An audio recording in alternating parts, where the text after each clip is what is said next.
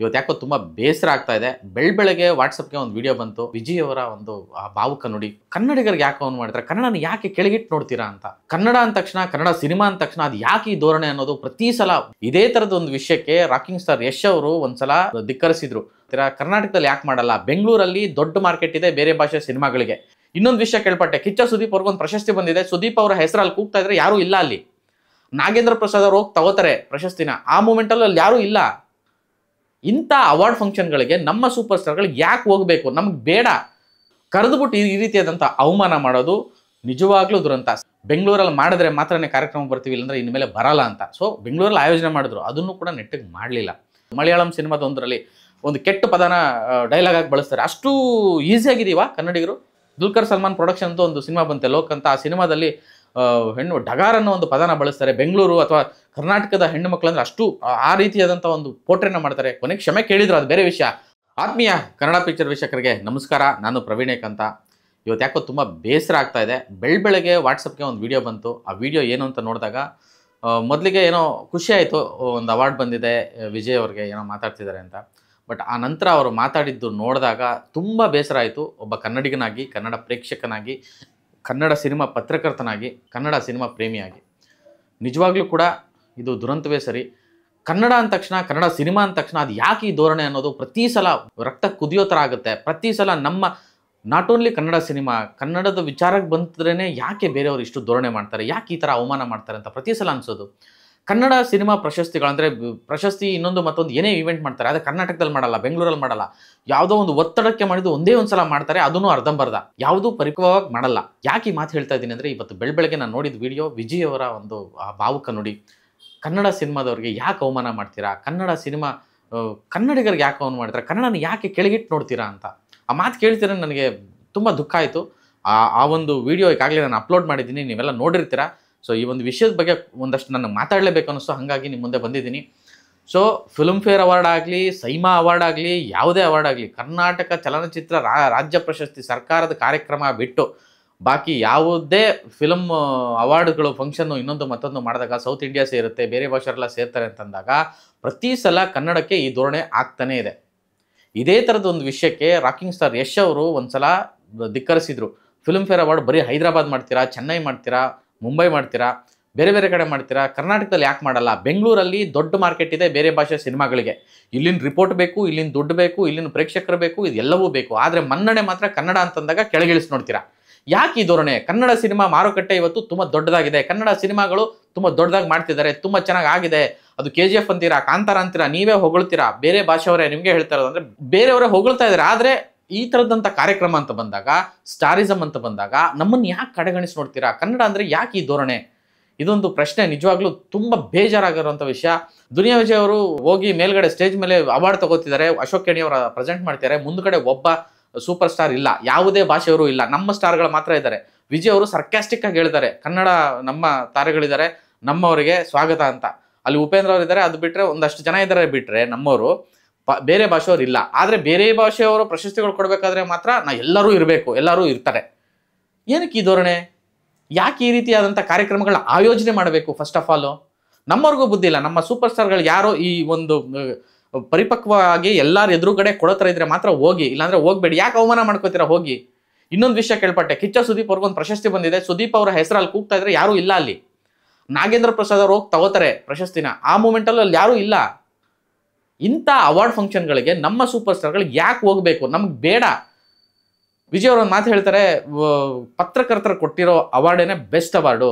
ಭೀಮಾ ಸಿನಿಮಾಗೆ ಅವರು ಪತ್ರಕರ್ತರು ಗುರುತಿಸಿ ಒಂದು ಪ್ರಜಾವಾಣಿಯವರು ಮತ್ತು ಒಂದಷ್ಟು ಪ್ರಶಸ್ತಿಗಳು ಬಂತು. ಅವ್ರು ಅದನ್ನೇ ಹೇಳ್ತಾ ಇದ್ರು, ಪತ್ರಕರ್ತರು ಕೊಡ್ತಾರಲ್ಲ ಅದಕ್ಕಿಂತ ಬೆಸ್ಟ್ ಪ್ರಶಸ್ತಿ ಇನ್ಯಾವುದೂ ಇಲ್ಲ, ಈ ಪ್ರಶಸ್ತಿಗಳೆಲ್ಲ ಪಳ್ಳು ಅಂತ. ಮತ್ತು ಇವ್ರು ಯಾಕೆ ಹೋದ್ರು ಅನ್ನೋದು ನನಗೂ ಪ್ರಶ್ನೆನೇ. ಕರೆದುಬಿಟ್ಟು ಈ ರೀತಿಯಾದಂಥ ಅವಮಾನ ಮಾಡೋದು ನಿಜವಾಗ್ಲೂ ದುರಂತ. ಸೈಮಾದವ್ರಿಗೆ ಏನಾದರೂ ಇದ್ದರೆ ದಯವಿಟ್ಟು ಇದನ್ನು ತಿದ್ದುಕೊಳ್ಳಿ, ಸರಿಪಡಿಸ್ಕೊಳ್ಳಿ, ಗೌರವಿಸೋದನ್ನು ಮೊದಲು ಕಲ್ತ್ಕೊಳ್ಳಿ, ಕನ್ನಡಕ್ಕೆ ಮಾನ್ಯತೆ ಕೊಡೋದನ್ನು ಕಲ್ತ್ಕೊಳ್ಳಿ. ಕನ್ನಡ ಎಲ್ಲರಿಗಿಂತ ಶ್ರೇಷ್ಠ, ಕನ್ನಡ ಎಲ್ಲದಕ್ಕಿಂತ ಮೇಲ್ಪಟ್ಟದ್ದು ಅನ್ನೋದನ್ನು ನಾನು ಎದೆ ತಟ್ಕೊಂಡು ಹೇಳ್ತೀನಿ. ಯಾಕೆಂದರೆ ನಿಮಗೆ ನಿಮ್ಮ ಸಿನಿಮಾಗಳಿಗೆ ಮಾರುಕಟ್ಟೆ ಇಲ್ಲಿದೆ, ದುಡ್ಡಿಲ್ಲಿ ತಗೋತೀರಾ. ಕರ್ನಾಟಕದ ರಿಪೋರ್ಟೇನೇ ನಮಗೆ ಬೇಕು, ಕರ್ನಾಟಕ ರಿಪೋರ್ಟ್ ಬಂದರೆ ಇಡೀ ಇಂಡಿಯಾ ಬೆಸ್ಟ್ ರಿಪೋರ್ಟ್ ಬಂದಂಗೆ ಅಂತೀರಾ. ಇದೆಲ್ಲವನ್ನೂ ಮಾತಾಡೋಂಥವ್ರು ನಮ್ಮ ಸಿನಿಮಾಗಳಿಗೆ, ನಮ್ಮ ಭಾಷೆಗೆ, ನಮ್ಮವರಿಗೆ ಯಾಕೆ ಈ ರೀತಿಯಾದಂಥ ಅವಮಾನವನ್ನು ಮಾಡ್ತೀರಾ? ದಯವಿಟ್ಟು ಕನ್ನಡ ಚಿತ್ರರಂಗದ ಎಲ್ಲ ತಾರೆಯರು, ನಿರ್ದೇಶಕರು, ಕಂಪ್ಲೀಟ್ ಇಡೀ ಇಂಡಸ್ಟ್ರಿ ದಯವಿಟ್ಟು ಕೇಳಿಸ್ಕೊಳ್ಳಿ. ನೆಕ್ಸ್ಟು ನೀವು ಈ ಥರದ್ದೊಂದು ವಿಚಾರಕ್ಕೆ ಹೋದಾಗ, ಈ ಥರದ ಪ್ರಶಸ್ತಿಗೆ ಕರೆದಾಗ ಅವರಿಗೆ ನಿಬಂಧನೆಗಳನ್ನು ಹಾಕಿ, ಈ ರೀತಿಯಾದಂಥ ಘನತೆ, ಗೌರವ ನಮಗೆ ಕೊಡಬೇಕು, ಈ ರೀತಿಯಾದಂತಹ ಫೆಸಿಲಿಟಿಗಳನ್ನು ನೀವು ನೀಡಬೇಕು, ಆ ಥರ ಇದ್ದರೆ ಮಾತ್ರ ಬರ್ತೀವಿ ಅಂತ ಹೇಳಿ. ಇಲ್ಲಾಂದರೆ ಹೋಗಬೇಡಿ ದಯವಿಟ್ಟು. ಯಾಕ್ರಿ ಬೇಕು ಇದು? ಇಂಥ ಪ್ರಶಸ್ತಿಗಳು ಬೇಕಾ ನಮಗೆ? ನಿಜವಾಗಲೂ ದುರಂತ. ಕನ್ನಡದ ವಿಷಯಕ್ಕೆ ನನಗೆ ವಿಜಯ್ ಅವರ ಸ್ಪೀಚ್ ಕೇಳ್ತಾ ಇದ್ರೆ ಮೈಯೆಲ್ಲ ಕುದೀತಾ ಇತ್ತು. ಇಷ್ಟರ ಮಟ್ಟಿಗೆ ನಾವು ತೆಗೆಸ್ಕೊಂಡು ಹೋಗಬೇಕಾ? ಸುದೀಪ್ ಅವರು ಪ್ರಶಸ್ತಿ ತಗೊಳ್ತಾರೆ ಅಂತಂದ್ರೆ ಯಾರೂ ಇಲ್ಲ ಅಲ್ಲಿ. ನಿಜವಾಗ್ಲೂ ಈ ಥರದ ಕಾರ್ಯಕ್ರಮಗಳನ್ನು ಆಯೋಜನೆ ಮಾಡೋದನ್ನು ಫಸ್ಟು ಬಿಡಿ. ಮಾಡೋದಿದ್ರೆ ನೆಟ್ಟಿಗೆ ಮಾಡಿ, ಇಲ್ಲಾಂದರೆ ಮಾಡಲೇಬೇಡಿ. ಯಾಕೆ ಅವಮಾನ ಮಾಡ್ತೀರಾ? ಇದು ಒಂದ್ಸಲ ಅಲ್ಲ, ಲಾಸ್ಟ್ ಟೈಮು ಈ ಥರದ್ದೇನೋ ಆಗಿ ಅಲ್ಲೇನೋ ಫೆಸಿಲಿಟಿಗಳಿಲ್ಲ, ತುಂಬ ವಿಷಯ ಬಂತು, ಸುದ್ದಿಗಳು ಬರುತ್ತೆ, ನಾವು ತಗೊಳ್ಳೋದಿಲ್ಲ. ಬಟ್ ನನಗೆ ಇವತ್ತು ಮಾತಾಡಲೇಬೇಕು ಅನ್ನೋ ಒಂದು ವಿಷಯ ಏನಕ್ಕೆ ನಾನು ಮಾತಾಡ್ತಾ ಇದ್ದೀನಿ ಅಂದರೆ, ವಿಜಯ್ ಅವರು ಒಬ್ಬ ನಟ, ಒಬ್ಬ ಸ್ಟಾರ್ ನಟ, ನಿರ್ದೇಶಕ, ಅಷ್ಟು ದೊಡ್ಡವರು ಸ್ಟೇಜ್ ಮೇಲೆ ಇದ್ದಾಗ, ಅಂದರೆ ಸಾಧನೆಗೆ ದೊಡ್ಡವರು, ಅವರು ಸಾಧನೆ ಮಾಡಿದ್ದಾರೆ, ಹಾಗಾಗಿ ಹೇಳ್ತಾ ಇದ್ದೀನಿ. ಅದನ್ನು ಯಾಕೆ ಈ ರೀತಿಯಾದಂತಹ ಒಂದು ಧೋರಣೆನ ಪ್ರತಿ ಸಲ ಮಾಡ್ತೀರಾ? ಪದೇ ಪದೇ ವಿಜಯ್ ಅವರು ಅದನ್ನು ಹೇಳಿದ್ರು, ಪದೇ ಪದೇ ಪದೇ ಪದೇ ಅಂತ. ನಿಜವಾಗ್ಲೂ ನಮ್ಮವರೇ ಒಂದಷ್ಟು ಜನ ಇಲ್ಲಿ ಇದ್ದಾರೆ, ಈ ಕಮಿಟಿಲಿ ಇದ್ದಾರೆ, ಈ ಸೈಮಾ ಇನ್ನೊಂದು ಮತ್ತೊಂದು ಆಯೋಜನೆಯನ್ನು ಮಾಡ್ತಾ ಇದ್ದಾರೆ, ಯಾವುದನ್ನು ನೆಟ್ಟಿಗೆ ಮಾಡ್ತಾ ಇಲ್ಲ ಅನ್ನೋ ದೂರುಗಳು ತುಂಬ ಇದೆ. ಸೊ ಇದು ಒಂದು ಪಾಯಿಂಟ್ ಅಷ್ಟೇ. ಸೊ ಇನ್ನೊಂದು, ಇಂಡಸ್ಟ್ರಿ ದಯವಿಟ್ಟು ಎಚ್ಚೆತ್ಕೊಳ್ಳಿ. ಇಂಡಸ್ಟ್ರಿ ದಯವಿಟ್ಟು ಎಚ್ಚೆತ್ಕೋಬೇಕು ಈ ವಿಚಾರಕ್ಕೆ. ನಮಗೆ ಗೌರವ, ಘನತೆ ಇಲ್ಲದೆ ಜಾಗದಲ್ಲಿ ಎಡಗಾಲು ಕೂಡ ಇಡಬೇಡಿ ಅನ್ನೋದೇ ನನ್ನ ಒಂದು ರಿಕ್ವೆಸ್ಟು. ಅಭಿಮಾನಿಗಳೇ, ನೋಡ್ತಿರೋಂಥವ್ರಿಗೆ ನಿಮಗೆಲ್ಲ ಗೊತ್ತಿರುತ್ತೆ, ಸಿನಿ ಪ್ರಿಯರಿಗೆ, ಕನ್ನಡ ಪ್ರೇಮಿಗಳಿಗೆ ಎಸ್ಪೆಷಲಿ. ಸೊ ಕನ್ನಡಕ್ಕೆ ಅವಮಾನ ಮಾಡುವಂಥವ್ರು ನಮಗೆ ಬೇಕಿಲ್ಲ, ಅಂಥ ಕಾರ್ಯಕ್ರಮಗಳು ನಮಗೆ ಬೇಕಿಲ್ಲ ಅನ್ನೋದು ನನ್ನ ಅನಿಸಿಕೆ. ಕನ್ನಡ ಪಿಕ್ಚರ್ ವತಿಯಿಂದ ನಾನು ಇದನ್ನು ಕಳಕಳಿಯಾಗಿ ಕೇಳ್ಕೊತೀನಿ. ಇನ್ನು ಮುಂದೆ ಈ ರೀತಿಯಾದಂತಹ ಘಟನೆಗಳು ನಡೀದೇ ಇರಲಿ, ಇನ್ಮೇಲೆ ಈ ರೀತಿಯಾದಂಥ ಘಟನೆಗಳು ನಡೀದೇ ಇರಲಿ. ಆ ರೀತಿಯಾಗಿ ಚಿತ್ರರಂಗವು ನಡ್ಕೋಬೇಕು, ಕನ್ನಡಿಗರಾದ ನಾವೆಲ್ಲರೂ ನಡ್ಕೋಬೇಕು ಅನ್ನೋದೇ ನನ್ನ ಉದ್ದೇಶ. ಇದು ನಿಜವಾಗ್ಲೂ ಬೇಸರದ ಸಂಗತಿ, ಇದು ಹಿಂಗಾಗಬಾರ್ದು. ಯಶ್ ಅವರು ಹೇಳಿದರು ಒಂದು ಸಲ, ನಾವು ಬೆಂಗಳೂರಲ್ಲಿ ಮಾಡಿದ್ರೆ ಮಾತ್ರನೇ ಕಾರ್ಯಕ್ರಮ ಬರ್ತೀವಿ, ಇಲ್ಲಾಂದರೆ ಇನ್ಮೇಲೆ ಬರಲ್ಲ ಅಂತ. ಸೊ ಬೆಂಗಳೂರಲ್ಲಿ ಆಯೋಜನೆ ಮಾಡಿದ್ರು, ಅದನ್ನು ಕೂಡ ನೆಟ್ಟಿಗೆ ಮಾಡಲಿಲ್ಲ.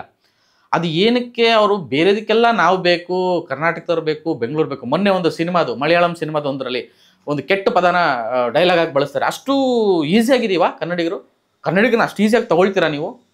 ಬೇರೆ ಭಾಷೆಯವರು, ಪಕ್ಕದ ರಾಜ್ಯದವರು? ನಿಜವಾಗ್ಲೂ ಇದು ದುರಂತವೇ. ಸರಿ, ಓಕೆ, ಒಂದು ಒಳ್ಳೆ ಸಿನಿಮಾ ಬಂದರೆ ಅದನ್ನು ಕೊಂಡಾಡೋಣ, ಕಲೆಗೆ ಬೆಲೆ ಕೊಡೋಣ. ಆದರೆ ನಮ್ಮ ಭಾಷೆಗೆ, ನಮ್ಮ ಭಾವನೆಗಳಿಗೆ ಧಕ್ಕೆ ಅಂತ ಬಂದಾಗ ನಿಜವಾಗ್ಲೂ ಅದನ್ನು ಸಹಿಸ್ಕೊಳ್ಳೋಕ್ಕೆ ಸಾಧ್ಯನೇ ಇಲ್ಲ.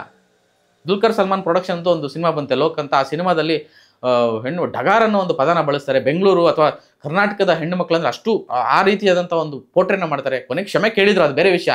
ಮಾಡೋದೆಲ್ಲ ಮಾಡಿಬಿಟ್ಟು ಊರೆಲ್ಲ ಸಿನಿಮಾ ರಿಲೀಸ್ ಮಾಡಿಬಿಟ್ಟು ಎಲ್ಲರೂ ನೋಡಾದ್ಮೇಲೆ ಅವರು ಕ್ಷಮೆ ಕೇಳಿದ್ರೆ ಏನು, ಬಿಟ್ಟರೆ ಏನು? ಈ ಕಾಮನ್ ಸೆನ್ಸು ಮೊದಲೇ ಇರಬೇಕು. ಒಂದು ಭಾಷೆ ಬಗ್ಗೆ ತಿಳ್ಕೊಬೇಕಾದ್ರೆ ಆ ಭಾಷೆ, ಆ ಭಾವನೆ, ಆ ಒಂದು ಪ್ರಾದೇಶಿಕವಾಗಿ ಅವ್ರದ್ದು ಏನು ಸಂಸ್ಕೃತಿ ಎಲ್ಲವನ್ನೂ ತಿಳ್ಕೊಂಡು ಸಿನಿಮಾ ಮಾಡಬೇಕು. ಮಾಡೋ ಮೊದಲು ಏನು ಬೆಂಗಳೂರು ಅಂದರೆ ಇದೇ ಮಾತಾಡ್ತಾರೆ, ಬೆಂಗಳೂರು ಅಂದರೆ ಗಾಂಜಾ, ಅದು ಯಾವುದೋ ಒಂದು, ಅದು ಹೊರಗಿಂದ ಬಂದವರು ಮಾಡೋ ಅಂಥ ಕೆಟ್ಟ ಕೆಲಸಗಳೇ ಹೊರತು ನಮ್ಮವ್ರು ಯಾರೂ ಮಾಡ್ತಾ ಇಲ್ಲ. ಅಂಥ ಹೊರಗಿನವರನ್ನ ಕನ್ಸಿಡರ್ ಮಾಡಿಕೊಂಡು ನೀವು ಈ ರೀತಿಯಾದಂಥ ಪ್ರಾಜೆಕ್ಟ್ ಮಾಡೋದು ಎಷ್ಟರ ಮಟ್ಟಿಗೆ ಸರಿ? ಈ ರೀತಿಯಾಗಿ ಪ್ರತಿಯೊಂದು ವಿಚಾರದಲ್ಲೂ ಕನ್ನಡಕ್ಕೆ, ಕನ್ನಡ ಸಿನಿಮಾಗಳಿಗೆ, ಕನ್ನಡ ಕಲೆಗೆ ಧೋರಣೆಗಳು ನಿರಂತರವಾಗಿ ನಡೀತಾ ಇದೆ. ಈ ವಿಚಾರವಾಗಿ ಕನ್ನಡ ಪ್ರೇಕ್ಷಕರಾದ ನಾವುಗಳು, ಕನ್ನಡಿಗರಾದ ನಾವುಗಳು ಎಚ್ಚೆತ್ತುಕೊಳ್ಳಬೇಕು. ದಯವಿಟ್ಟು ಈ ವಿಡಿಯೋ ಯಾರು ನೋಡ್ತಿದ್ರೋ ನೀವೆಲ್ಲರೂ ಕೂಡ ಈ ಒಂದು ವಿಚಾರವನ್ನು ಗಂಭೀರವಾಗಿ ಪರಿಗಣಿಸ್ತೀರ ಅಂತ ನಾನು ಅನ್ಕೋತೀನಿ. ಆ್ಯಂಡ್ ಸಿನಿಮಾ ಮಂದಿಗೆ ನನ್ನ ಕಳಕಳಿಯ ಮನವಿ, ಕನ್ನಡದ ವಿಚಾರಕ್ಕೆ ಬಂದಾಗ, ಕನ್ನಡಿಗರನ್ನು ಅವಮಾನಿಸಿ ನಡ್ಕೊಂಡಾಗ ದಯವಿಟ್ಟು ನೀವು ಎಚ್ಚೆತ್ತುಕೊಳ್ಳಿ, ಮಾತಾಡಿ. ಈ ಥರದ ವಿಚಾರಗಳಾದಾಗ, ಈ ಥರದ ವಿಷಯಗಳಾದಾಗ ನೀವು ಮಾತಾಡದೇ ಇದ್ದರೆ ಅವ್ರು ಇನ್ನಷ್ಟು ಜಾಸ್ತಿ ಮಾಡ್ತಾರೆ. ಮೊನ್ನೆ ಆದಾಗ್ಲೇ ಎಲ್ಲರೂ ಮಾತಾಡಬೇಕಿತ್ತು, ಅಲ್ಲಲ್ಲಿ ಮಾತಾಡ್ತಾರೆ ವಿನಃ ಬೇಡದೇ ಇರೋ ವಿಷಯಕ್ಕೆ ನಮ್ಮಲ್ಲಿ ತುಂಬ ಮಾತಾಡ್ತಾರೆ. ಆದರೆ ಬೇಕಾಗಿರೋ ವಿಷಯಕ್ಕೆ ಯಾರೂ ಕೇರ್ ಮಾಡಲ್ಲ. ಒಬ್ಬ ಕನ್ನಡಿಗನಾಗಿ ನನಗೆ ಈ ಒಂದು ವಿಷಯ ಸಹಿಸ್ಕೊಳಕ್ಕೆ ಆಗ್ತಾ ಇಲ್ಲ. ಸೊ ಹಾಗಾಗಿ ಇಷ್ಟು ವಿಷಯಗಳನ್ನು ನಿಮ್ಮ ಮುಂದೆ ಇಟ್ಟಿದ್ದೀನಿ.